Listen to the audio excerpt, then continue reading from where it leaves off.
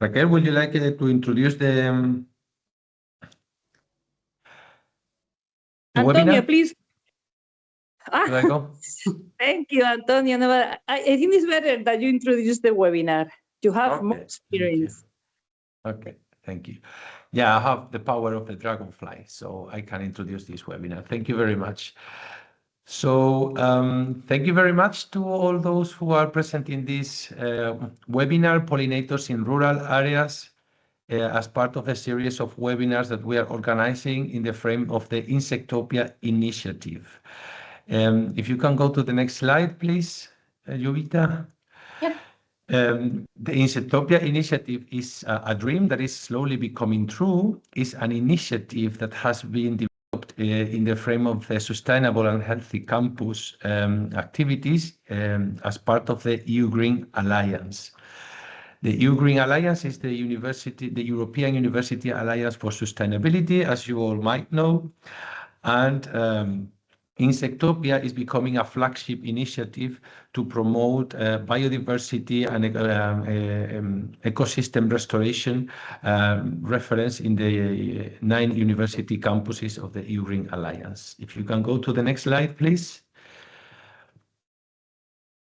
As an overview of this initiative, we would like to highlight that the Insectopia aims to design and implement creative solutions to support biodiversity on university campuses, but and beyond. So through different activities as this webinar and different workshops and the upcoming call for proposals, we aim to contribute to the development of insect-friendly spaces, what we can call insect utopias, and engage the campus universities in biodiversity awareness and action. So we want to take action.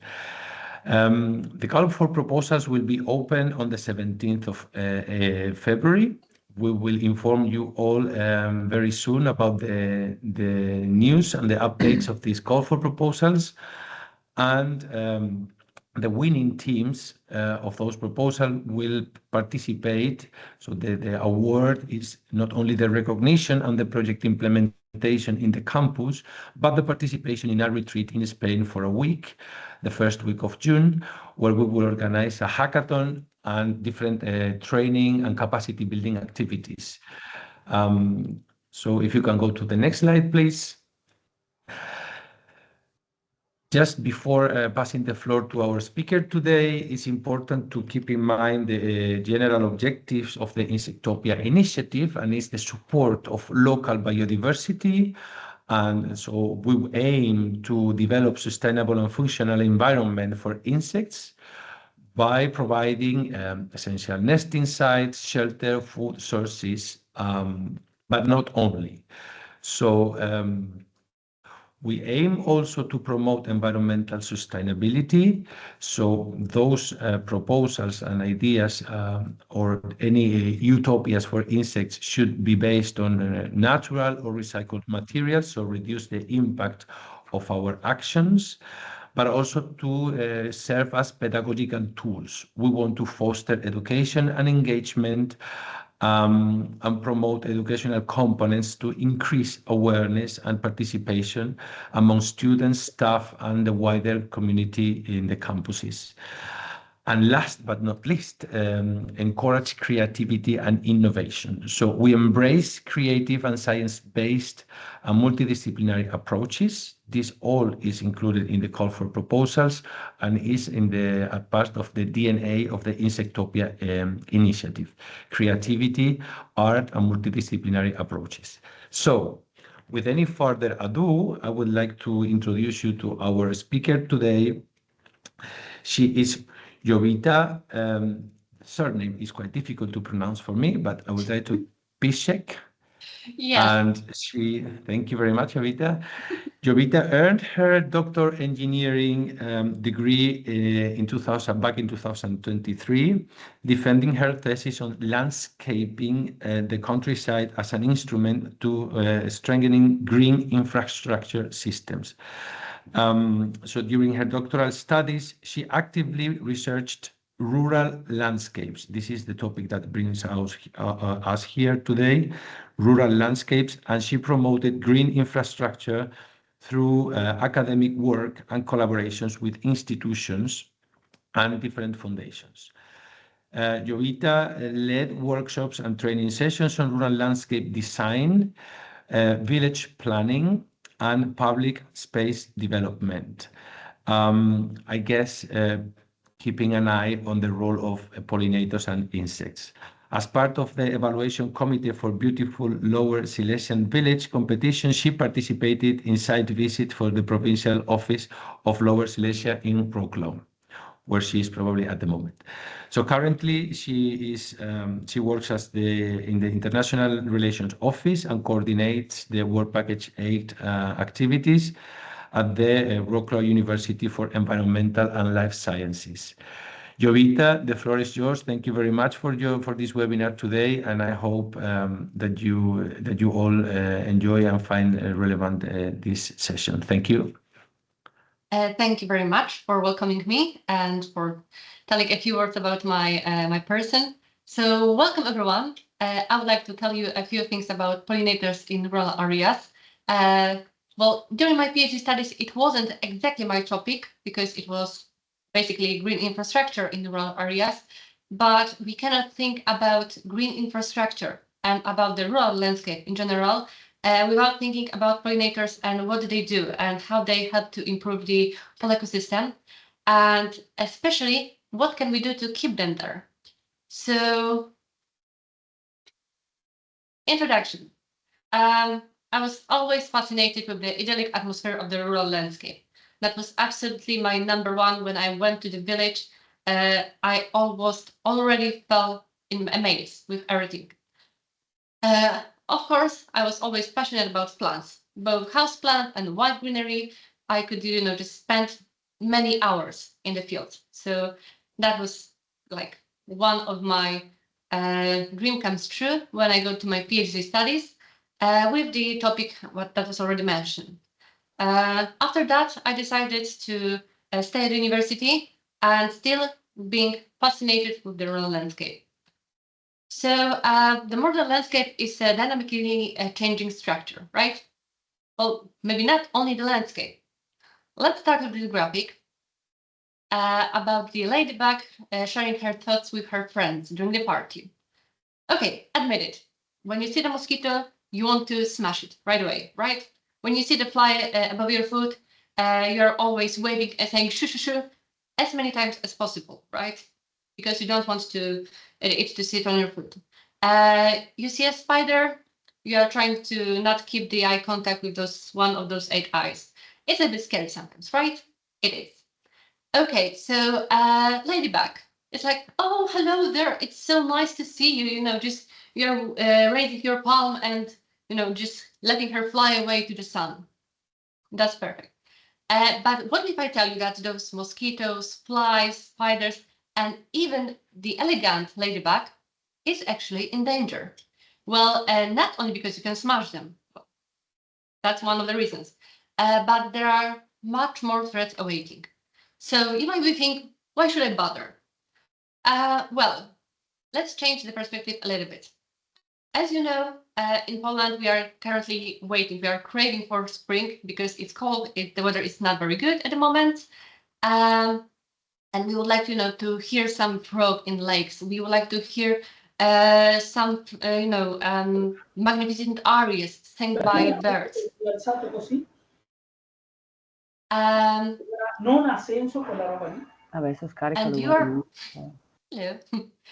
you're a fishing fan. Well, that's great because with the first warm days, just to grab your rod and go fishing to catch this fish.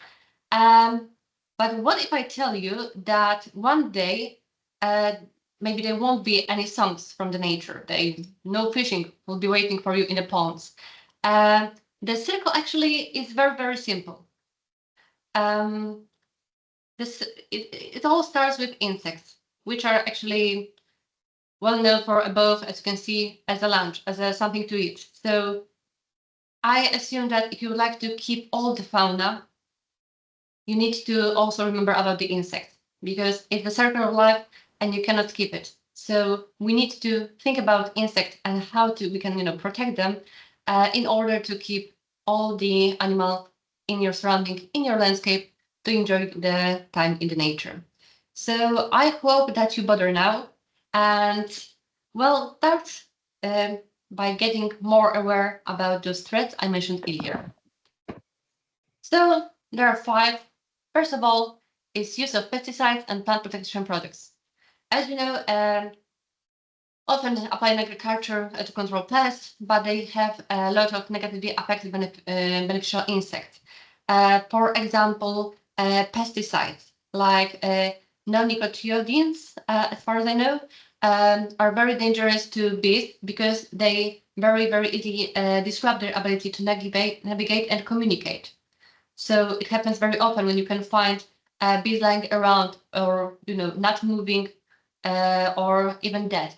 So it's one of those threats I mentioned. The second one, loss of natural habitats. Identification of agriculture, land use changes, deforestation contribute to the loss of natural habitats for insects. The other problem is like we are covering many fields currently. We are changing their purpose from rural use to unfortunately covering up with buildings. Usually, as you know, many new structures, many new buildings, many new residential areas have not so many greenery, and it's already like evergreen greenery because it's easy to maintain.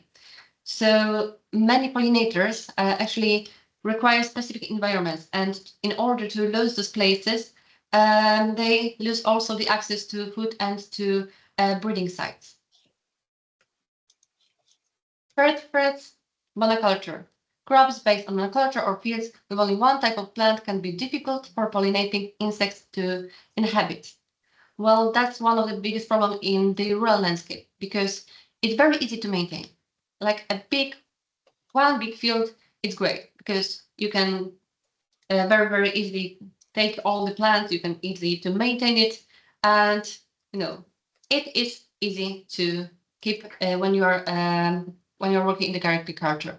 But when it comes to ecological part, it's much more difficult because there is no seasoning. There is no pollinators because they cannot move. Even the smaller animals, they are not living here because there is nothing to hunt, right? For example, you see a hawk, there is no way that he found a mouse here because the distance from greenery is much longer. So it's like only a huge plot with plants only. So when we are thinking about ecological agriculture, we also should think about making smaller plots and adding some still greenery, right? But we'll think about it later. So the fourth word is the climate change. But it's not like the climate change, like the temperature is getting higher and those bees are, just waiting for some cold wave. So it affects the seasonality of the plants, like the synchronization of flowering with pollinators' activity. Especially like weather conditions, like rising temperatures, reduced rainfall, extreme weather like droughts or even the storms can affect the pollinators and also alter the availability of right times, making effective pollination harder, right? So it basically disrupt the cycle life of all insects. And the last threat that pollinators need to face or they're facing at the moment is environmental pollution. So it has negatively affected the health of insects, including their ability to navigate and even reproduce. Reduced number of available plants that serve as food sources for pollinators. So as I said, it also has the very negative effect on health of insects, also including, including their death, right? Or maybe even losing in the rural landscape, because these pollutions contains also the air, soil pollution, water, and also occurring the heavy metals in the landscape. So what ways do we have to enrich the local environment, like in a little bit bigger scale?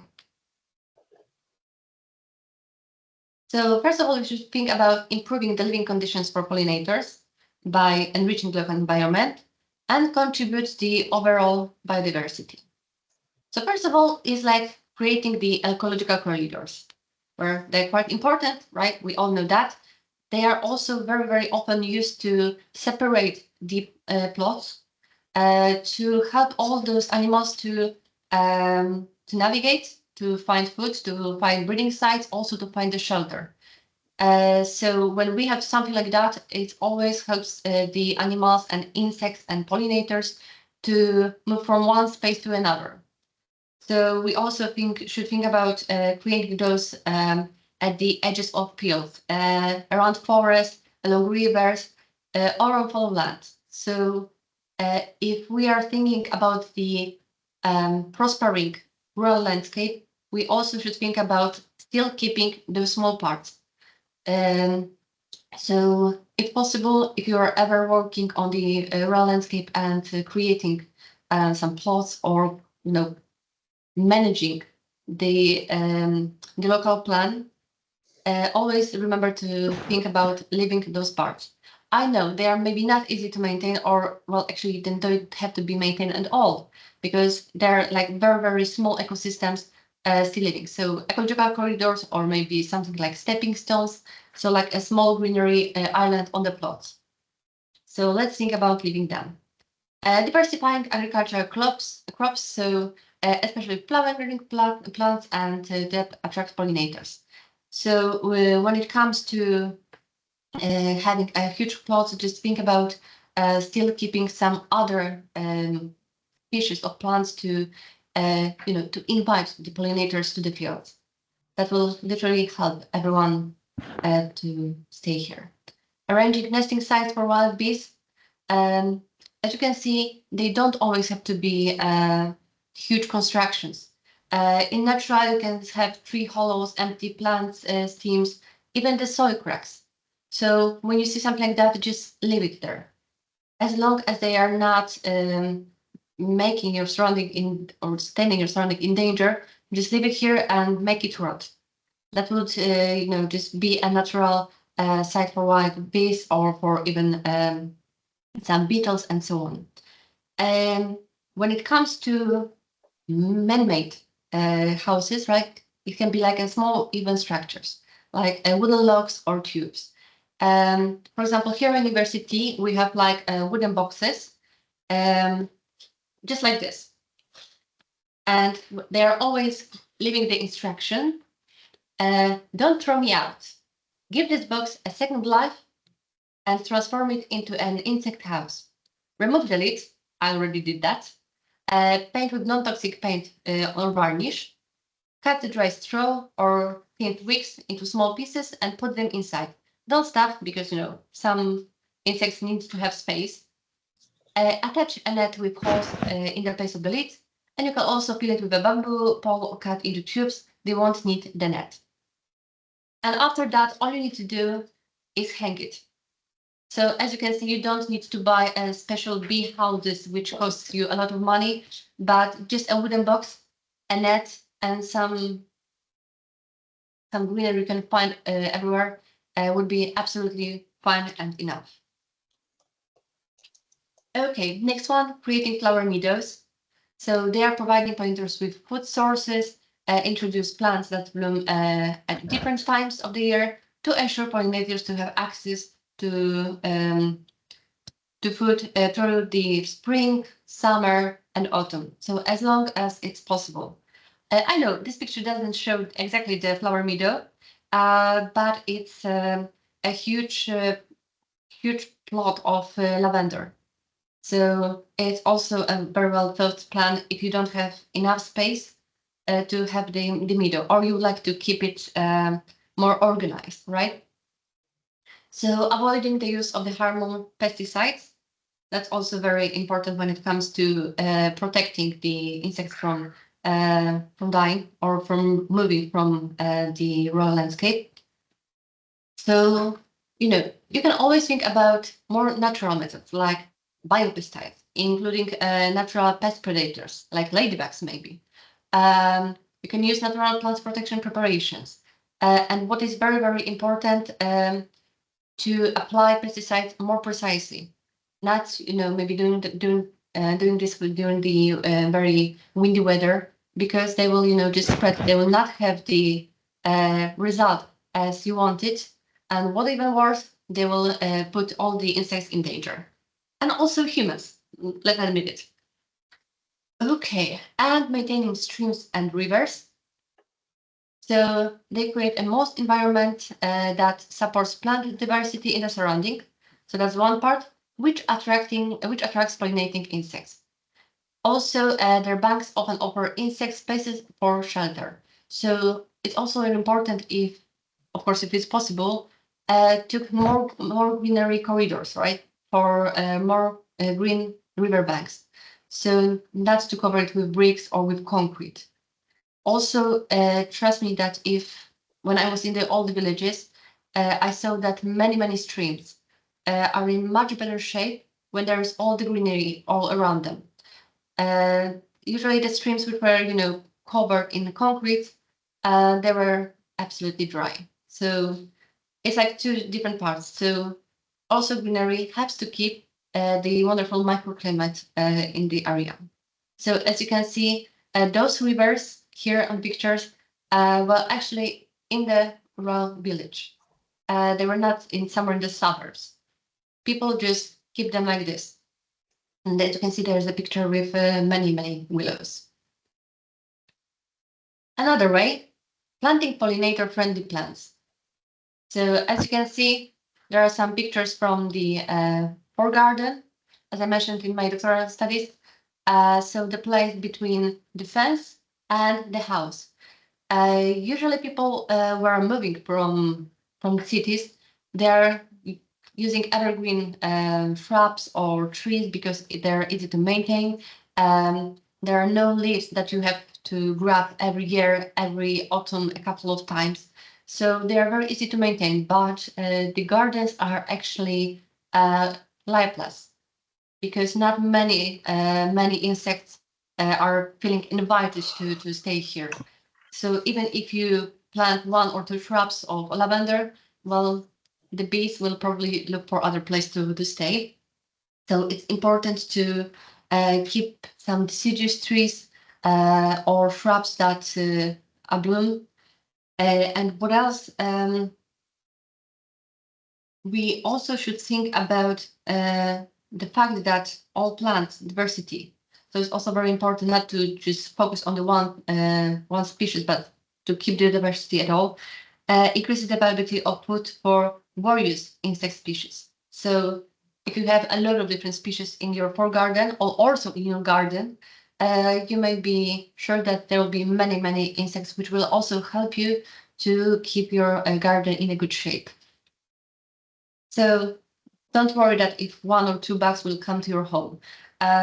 Just think about them as a guest, and that's all. Well, just let them stay for a while.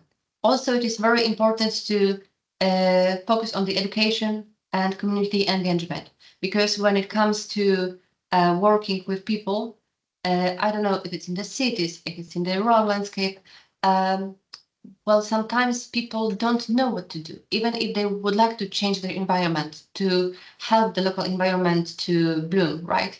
They do not know how. So sometimes we need to guide them, give some instructions, or maybe small lecture, or even the workshops. For example, here on this picture, during the workshops, we are working on the some public spaces.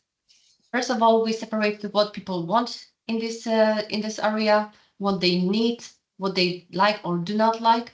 And after that, we were speaking about improving this.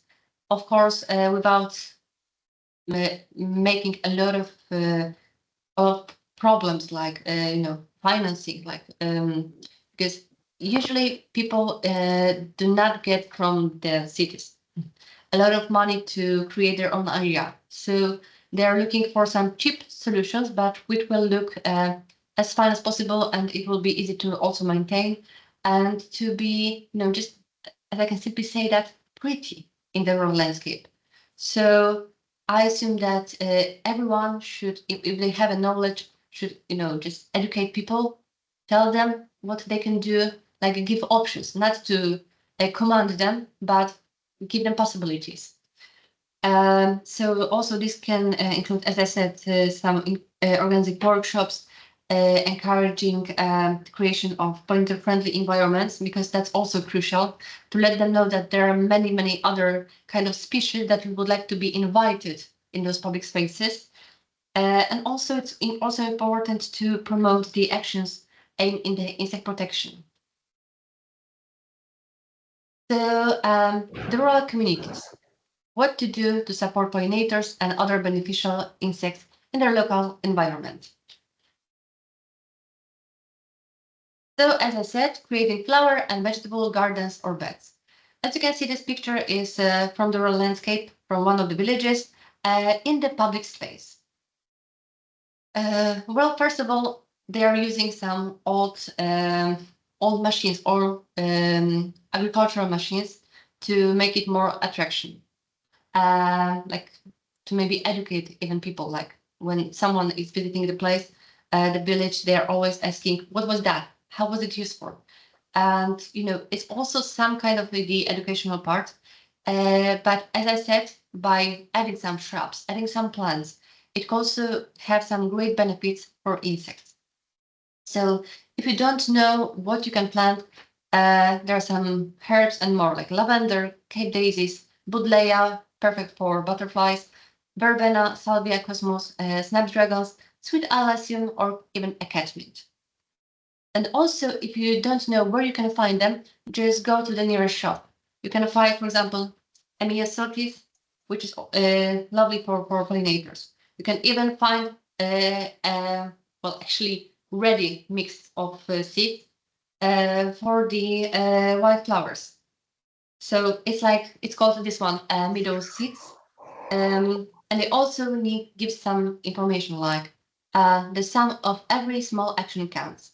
Support bees by sowing these seeds in your garden, allotment, or balcony. Water if it doesn't rain. Well, trust me, even one small pot in your balcony can make a huge difference and invite many pollinators.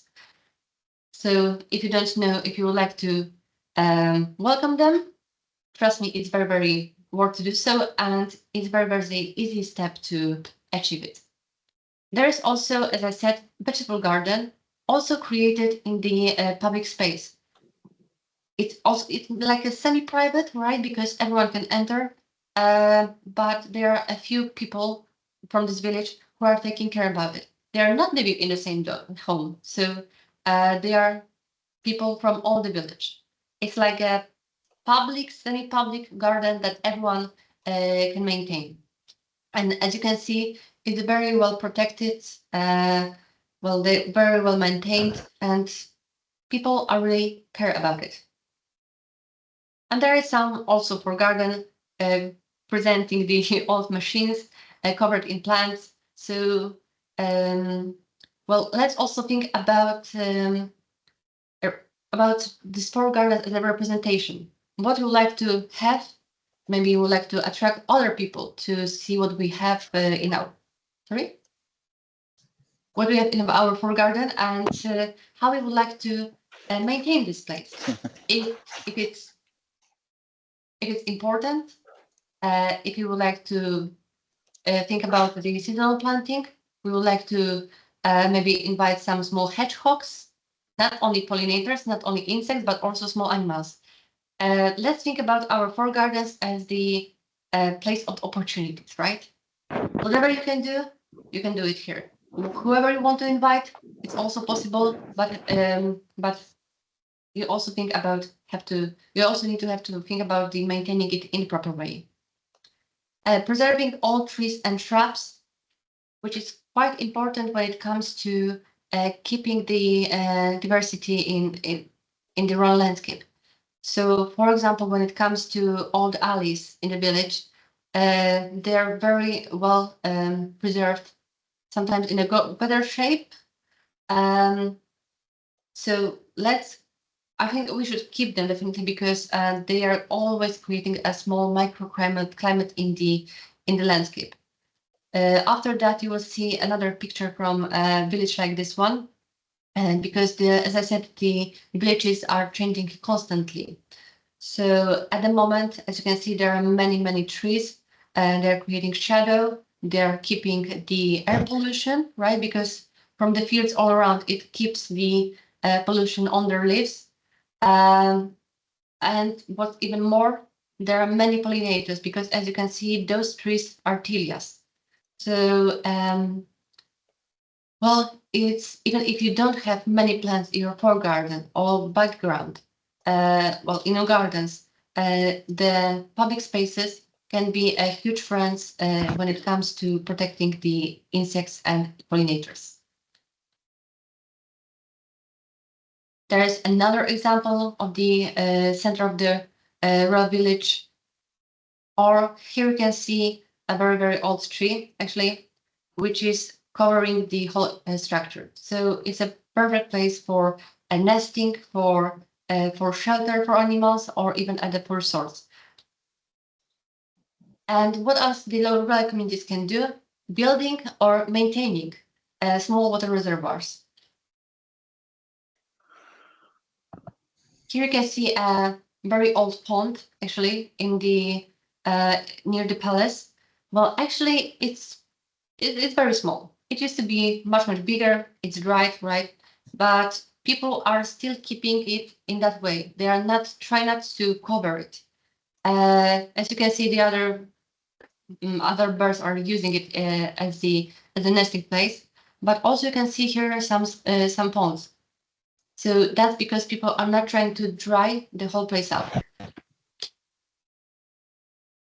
So as I said, taking care of small ponds, water holes, or even puddles can provide water during dry periods and will help the local insect population in a good health. Here's another picture. It's called the Mirror Lake, which is also the tourist attraction. And here you can see the well, not the lake, but a pond made near the agriculture, like a tourist attraction. So it's also very often used as the place when people can arrive and, for example, fish if they want. And here are another example, keeping playgrounds green. As you know, there are many playgrounds, actually, not only in the cities, but also in the rural landscape. They are like must-have, right? But currently they are covered in the polyurethane. There are no trees, no shrubs, just to keep everyone safe. But as you can see here, there are still grass, there are still big trees, and everyone, and kids actually would like to spend time here, because these elements are not too hot in the summer. They can be very easily used. And during the evening, when there are no kids around, all the small insects, all the small animals can also use this space. They feel invited. So let's think about keeping it in the most natural way as possible. And trust me, it's also very safe. You don't always need to cover it in any other safe materials. Just keep it nice, keep it green, and it will also help children to understand about the importance of the greenery in the rural landscape. Also, making places for pollinators can be a great tourist attraction and an educational area. For example, here you can see there's a small table, small information in the front, that it was celebration of many years of the rural village in the Opolskie Voivodeship. So they planted 10 trees. As you can see, there are no evergreen one. There's also deciduous, and there are also some trees in the back that have fruits in the spring. Here's another example, which this information says about ways of keeping the endangered species and other insects in the rural landscape. So it's also like the information on how people can protect them and also information why they should. As I said, people in our landscape love to put some old agricultural machines in the public spaces because they are also learning people what it used to be used to do your job. So here is like a memory place with all the information which is each element, and also there is some place for bees. Also, it is very often when villages in Poland have some like main topic. So this one village is called Macieju, and its topic is actually bees, honey, because there was a priest called Jan Dzierżoń, which was absolutely fascinated with bees in all possible ways. So he created one place here in the village that he produced bees, he kept them and maintained all those insects safe and sound. Currently, you can see new and also old places for bees, even the old ones, like very, very old ones. And even in the whole village, there are some information, but as you can see, well, this is information about the Evangelic Church. But what is important, the motive of bees are kept everywhere. So here is on the board, here's like the whole palace, which also has like bees tree houses, bees plants, and so on. And also they are keeping the natural ponds. Another tourist attractions, because people always are interested in being the part of the rural landscape. Like when those people are staying in the city all the time, they are craving for some natural environment, a place to rest or the place to recharge their batteries. And agricultural places, like agricultural activities, are also very popular currently as the attraction here in Poland. So, for example, when you can maintain the ducks, or for example, take care of cows or horses as a part of your free time or your vacation, well, it's very good offer. So it's becoming actually blooming business in Poland. And what if you would like to have some pollinators, have some bees in your landscape, but you still don't know how to do so? Well, village Chrzanów in Wrocław, near the Wrocław actually, decided to create the area dedicated to bees. Of course, there's like the information, what species they may occur and what plants there should be. And as you can see, it was taken a lot of years ago, like in 2014, and it's not very impressive at the moment. There are some old trunks, some plants for bees, for pollinators, and also some houses. But at the moment, it didn't look very well. But I'm pretty sure that everything here is currently well maintained, because when I spoke with the inhabitants, they told me like they are really taking care about it and they are very proud of this project. Even the topic of the village was maybe not connected with the pollinators. They decided to have this place like this near the village. It wasn't very close in the center, but on the suburbs of the core of the village. But what is important that people are still craving to have those pollinators in the villages. And even what is most important, this place is also the educational area.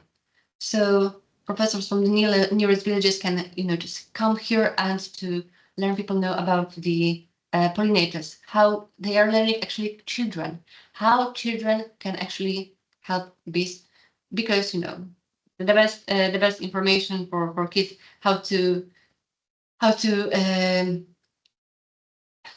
forgot to say it.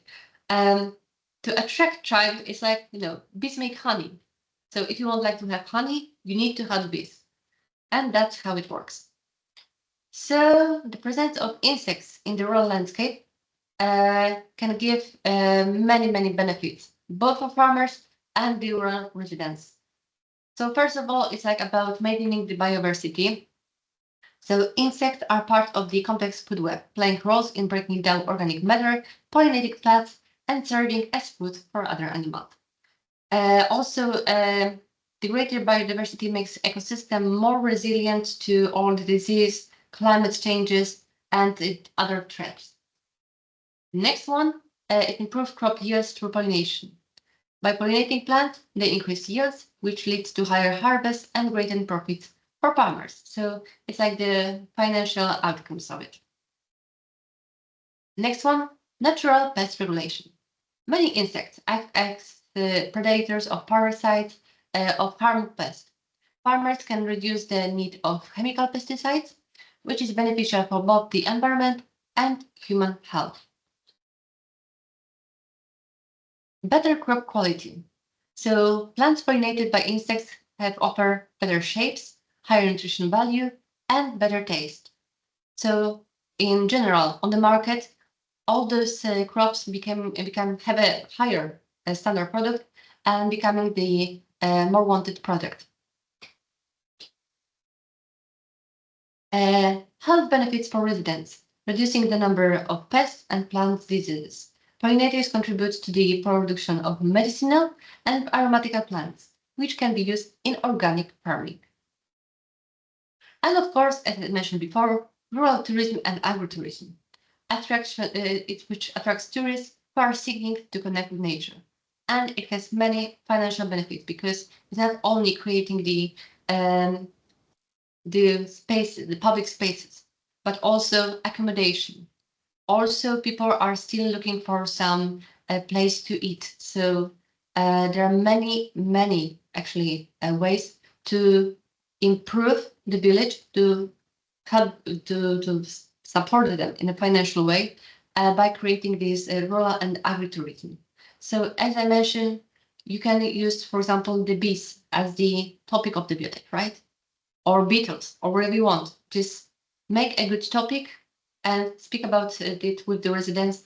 And I'm pretty sure that they will be happy to come up with this idea and to create the topic village. And many more. Like, for example, you can also, this presence of insects can also help in sustainable farming future or increase the ecosystem resilience. So in summary, those two villages, in the 2017, I was in the village during my PhD studies because I need to make some field runs. So the A picture in both pictures, in both compilations, shows stillness, so in the public spaces. And B in both presents the pictures from the Google Maps. And as you can see, the trees were cut down. So the local climate, maybe in the first picture, didn't change a lot, but in the picture below, it definitely has a huge impact on the local microclimate, and unfortunately reducing the number of local insects and other pollinators. Here is the picture I took above my field of studies. So there are like 5 villages, and as you can see, there are also some very big agricultural plots, right? Like those monocultures. But people are trying to separate them. Many years ago, those small rural plots were also included in a bigger one. But people are still thinking about changing the rural landscape and to inviting the insects and other pollinators to the landscape to help them actually in agriculture. So if any time you see the white shrubs or some white greenery, maybe it would be even better to leave it that way, not to prune it, not to shape it, just leave it as it is.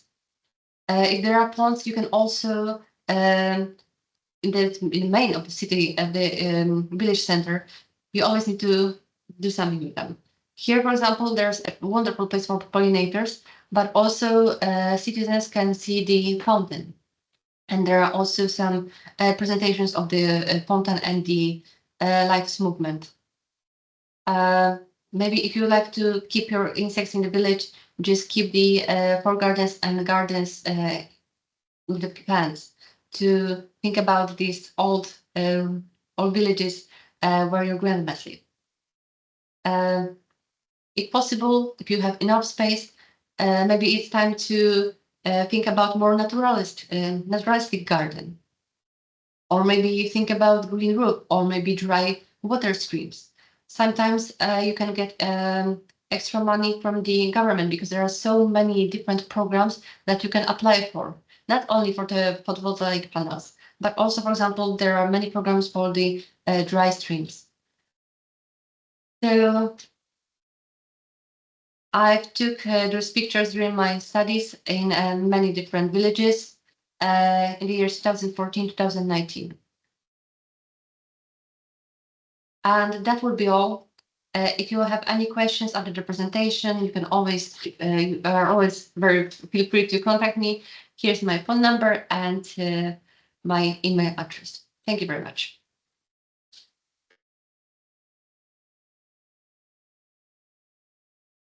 Oh, you fell asleep.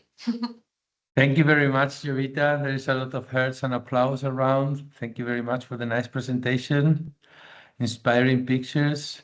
There is a hand raised. Cristina Bazo has a question, or I don't know if she's trying to acknowledge your presentation. Cristina, would you like to say something? I would like to say thank you. It was a really great presentation, and thank you for explaining everything with a lot of detail. So it's quite inspiring. So thank you very much. Thank you. Thank you so much. Great. If you have any questions, please, you can raise your hands now and ask Jowita. Yes, Sarah, please. And Lars, or Sarah, I don't know if you wanted also to applause. Okay, your hand is not raised. So Lars, the floor is yours. Yeah, thank you for a wonderful presentation. I really enjoyed it. So many good examples of increasing biodiversity of insects. Super good. You said something about using pesticides as little as possible. This is something I have discussed a lot with Spanish colleagues. And do you have some examples of that? How to minimize pesticides? Something that you know about? Well, actually, it's not my field of study, so I would like to talk as an expert. But definitely, there are some other ways when you don't need to use the pesticides. They are, of course, the easiest way, because all you need to do is purchase them in the shop, and if you use them, they are just doing their job right away. But as I mentioned before, you can also buy some combinations of the more natural pesticides. Sometimes the more time is needed to let them work, right? Because the amount of these herbicides, for example, are not as strong at the beginning, but for example, they will be working on plants, but they'll be not threatening the insects at the same time, because the level of the herbicides of these toxins will be much lower.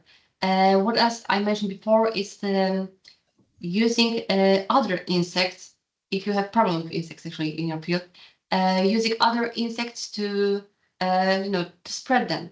Many of them are not interested in eating the crops, right? But they'll be very pleased to happy to help you deal with the other insects that are currently a big problem. Yeah, so, like the natural predators. Yeah. So I also assume that there are many people in the university. Maybe, of course, in shop they will recommend you the product which is like the best. Like you will have the result right away. But I think that because there are many people working in the academic field that have their knowledge, I think that people should also ask the universities sometimes what to do, or maybe some friend who is passionate about gardening, because it happens very often when people do not share their knowledge, even though they have it. So, as I said, I'm not an expert. So I assume that if someone would like to find the better products, they should ask experts, maybe not necessarily in the shops, because as I said, they want to sell you the best product, which is also the most, maybe the most toxic, but to ask someone who is studying that subject for a longer time. Thank you. Thank you. I see that Antonio has also put a link there to EU CAP network. Yeah, thank you for that. Exactly. I would like to share something with you all, and something that might be very relevant also for the Insectopia initiative and for any other initiative related to increase sustainability in farming activities. Currently, the European Commission is developing advisory networks. Those advisory networks try to bring together different profiles of those who are playing a role in advising farming activities at different levels. And those networks will focus on topics such as short food supply chains or, for example, the reduce of pesticides. In those networks, they are developing interesting capacity building, best practice identification and mapping across Europe. And I strongly recommend you to have a look into those. And the one working for the reduction of the use of pesticides, which is a new regulation that is very controversial at European level, is working very hard since the 1st of January of 2024. So results will come, and if you are interested on any topic related to the reduction of the use of pesticides, and therefore make life for insects easier, you can keep an eye and subscribe probably to their newsletter and see what they are doing. This might be useful for you. I shared the link in the chat. If I may say some other, like the final words for this presentation from me, like many people say that a single unit as a single person will not make a difference. Well, actually, I always thought otherwise. So I know that more insects for me tomorrow might be actually worth trying to make this one unit count. So I don't know, maybe some plants, some flowers, some bushes, or reconsider planting evergreen plants in favor of deciduous ones, if you have any option. Put one insect home somewhere around you. If you don't know how to help, you don't have any pond that you can maintain, just put a lid from the pot, put some rocks inside, and just put on the balcony or even outside the window. That will definitely help in the hot seasons. So I think that let's all just make some small steps to a greener and healthier and more buzzing future. Thank you. Thank you very much, Jowita. Thank you very much. So this is all from this webinar. The next one will be, let me check, on the 10th of February, from artificial nests to artificial intelligent trail cameras.